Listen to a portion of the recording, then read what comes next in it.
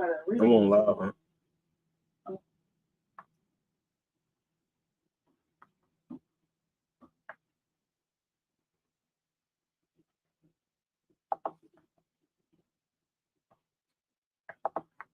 We're on TikTok. What is your message to younger voters right now? Well, the big message is vote for Trump. We're going to make our country greater than ever before. We had something going that was incredible and just horrible what's happened. This is the worst president in history, Joe Biden.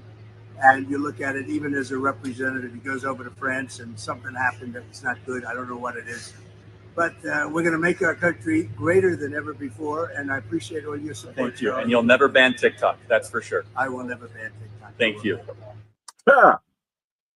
Trump is going to ban TikTok. Who knows? All right. I know y'all got the news about TikTok is about to be banned.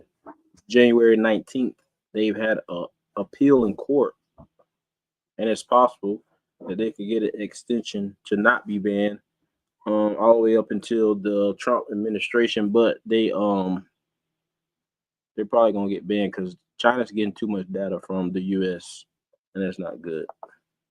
I got another video to show y'all.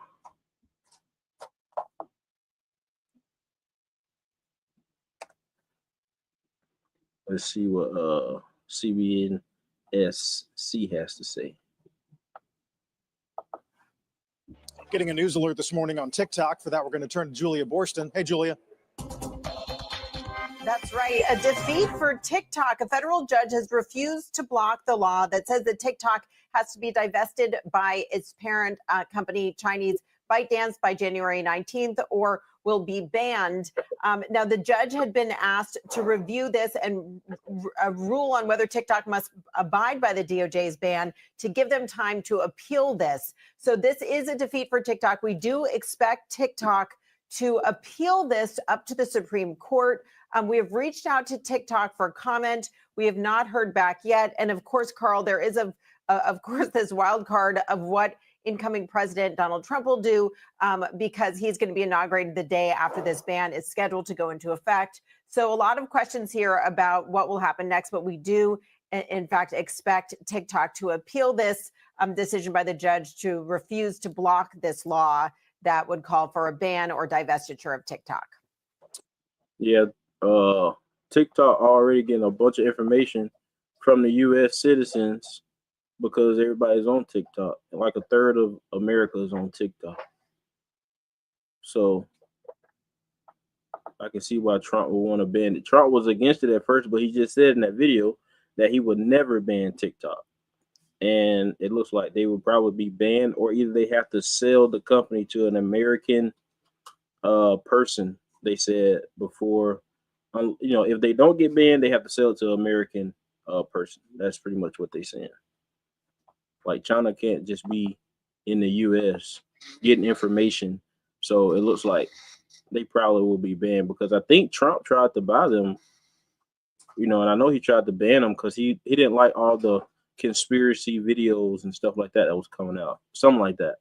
Even when he was running for president, I think in 2016, he didn't like TikTok.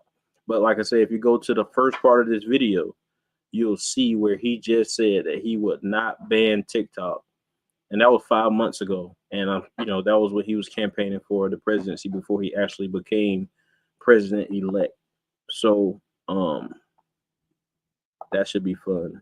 We'll see. There's a lot of people in the U.S. that's on TikTok that would, I guess they would have to get off, or they're probably just ban the app from being used, something like that. Looking at some reaction out of shares of Meta, for example, Julia, that's going to be another all-time high, up a couple percent. There had been, I think, a school of thought, and you could see it in some of the stocks of social names in the last few days, that maybe this was in the offing. Yeah, I mean, look, when you look at the potential implications for this, the companies that would benefit from the additional eyeballs and ad dollars would be Meta, Snap, and also YouTube. Those are the companies that are really competing for those social ad dollars and eyeballs. But there was a... Of course, Meta would benefit from it. Mark Zuckerberg was just having a dinner with Trump about this whole situation. Of course, it's a competing thing. They're competitors. One is an American platform, one is a Chinese platform, but it's in America. So of course his stock will go up. I'm sure Meta's already a good stock anyway, but we ain't talking about stocks. We're talking about TikTok. Sense that this was unlikely to happen because President Trump had said that he did now oppose a ban, despite the fact that when he was in office the first time, he was advocating for a ban. So even though this judge has ruled the way that he has, there are still various options here for President Trump to say that, in fact, TikTok is in compliance with the law. And then we'll also see what the Supreme Court says. They could either opt to allow TikTok to continue operating while the litigation proceeds, or the Supreme Court could actually just rule on this before January 19th. Meantime, we haven't really talked a lot about the new law in Australia that bans social media use for kids under 16, I believe. But it is interesting the way some policy around the world is coming to collision with this industry. Yeah, more and more criticism of the impact on teens and kids. We see companies like Meta really work to try to get ahead of this. They had their Instagram for teens. They're trying to age gate that. And then you have the fact that this Australia law really tries to put the pressure on these social platforms themselves to deal with that age gating, whereas companies like Meta would rather have the likes of Apple or Google, the app stores, be responsible for figuring out how old people are when they are downloading and using these apps. And there are just so many logistical challenges here. If you're 13 years old or 14 years old, you don't have an ID, you don't maybe want facial recognition used to figure out how old a kid is. So a complex issue. And then, of course, you have some states here in the U.S. that are also raising the issue of trying to limit access to social media platforms by teens. And that's something that, if there's a patchwork of these laws across the country, would be challenging for a Meta or, say, a Snap to manage. Right. Thinking back to Benioff's comparison to social media and tobacco, and it's interesting to see how the regulatory structure is beginning to treat it like some kind of addictive substance. Julia, thanks for that breaking news there on TikTok. We'll watch for the stock's response. Getting a news alert this morning on TikTok. For that, we're going to turn to Julia Boorstin. Hey, Julia. Yeah. So TikTok is very addicting, and on top of that, you have like Meta. They said they're trying to crack down on certain ages getting in on Meta.